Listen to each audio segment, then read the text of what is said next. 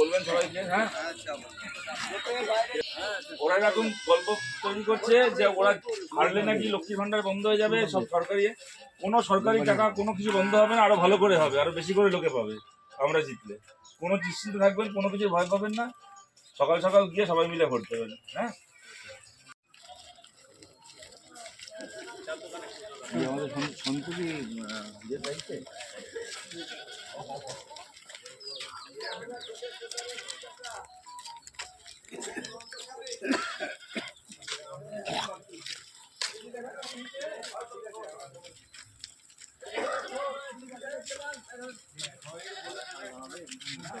বাকি সব বন্ধ হয়ে যাবে, ওই নিয়ে ভয় পাবেন না, ঘাবড়াবেন না।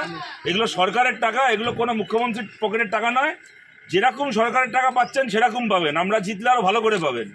কোনো কিছু বন্ধ হবে না, খালি ওদের জুলুমবাজি বন্ধ হবে। আজকে একটা কোনো লিস্টে নাম তুলতে গেলে ওদের সঙ্গে মিছিলে যেতে হবে, ওদের মিটিংয়ে যেতে হবে, ওদেরকে টাকা দিতে হবে।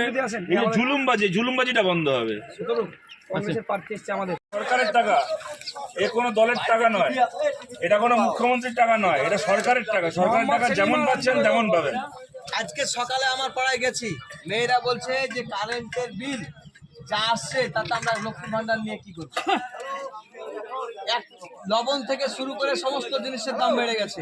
লক্ষ্মী ভান্ডার আপনার সদর দরজা দিয়ে 500 টাকা বা 1000 টাকা ঢুকছে, আর মফস্বল দরজা দিয়ে 1000 টাকা 5000 টাকা কেটে নিচ্ছে সরকার। এই সরকার কিন্তু ওইটা না, লক্ষ্মী ভান্ডার যেরকম পাচ্ছেন সেরকম পাবেন, তার বাইরে আবার জিনিসের দাম কমানোর চেষ্টা করবো, এগুলো আমরা করবো।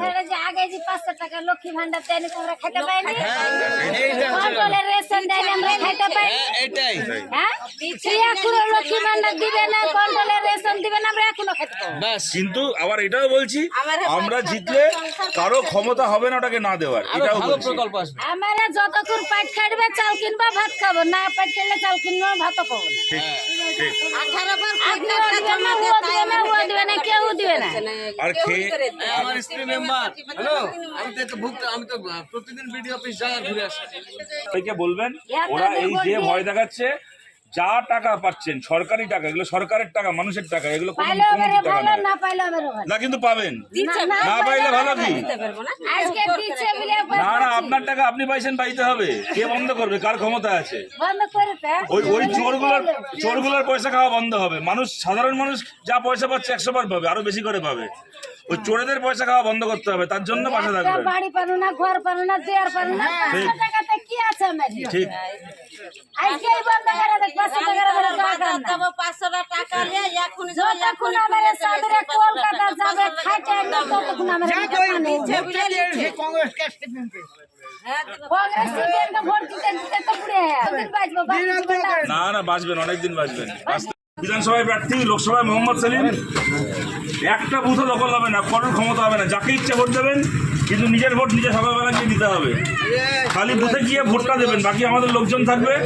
কারো ক্ষমতা হবে না একটা বুথ দখল করার, কোনো চিন্তা করবেন না, কাউকে ঘাবড়াতে হবে না।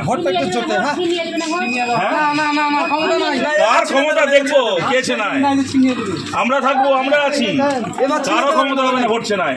পঞ্চায়েতে ছিনিয়ে ছিল, অনেক জায়গায় আটকাতে পেরেছি, সব জায়গায় আটকানো যায়নি। এইবার ওই দিদির ইলেকশন কমিশন আর দিদির পুলিশ ভোট করাবে না, এবার ওদের হাতে ভোট নয়, নিশ্চিন্তে ভোট দেবেন। সবাই থাকবো আমরা, কারো ক্ষমতা হবে না একটা ভোট লুট করার, নিজের ভোট নিজে দেবেন। এবার ওই মমতার পুলিশ দিয়ে ভোট হবে না, আমাদের সবাই থাকবে, মনে জোরে যাবেন, যাকে ইচ্ছে ভোট দিন, আমাদেরকে দিন, আমাদের বিরুদ্ধে দিন, যাকে ইচ্ছে ভোট দিন, কিন্তু নিজের ভোট নিজে দেবেন, কারো ক্ষমতা হবে না জোর করে ভোট দেওয়ার।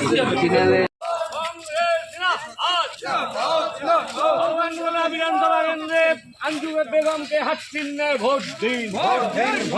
মুর্শিদাবাদ লোকসভা কেন্দ্রে প্রার্থী আমার প্রার্থী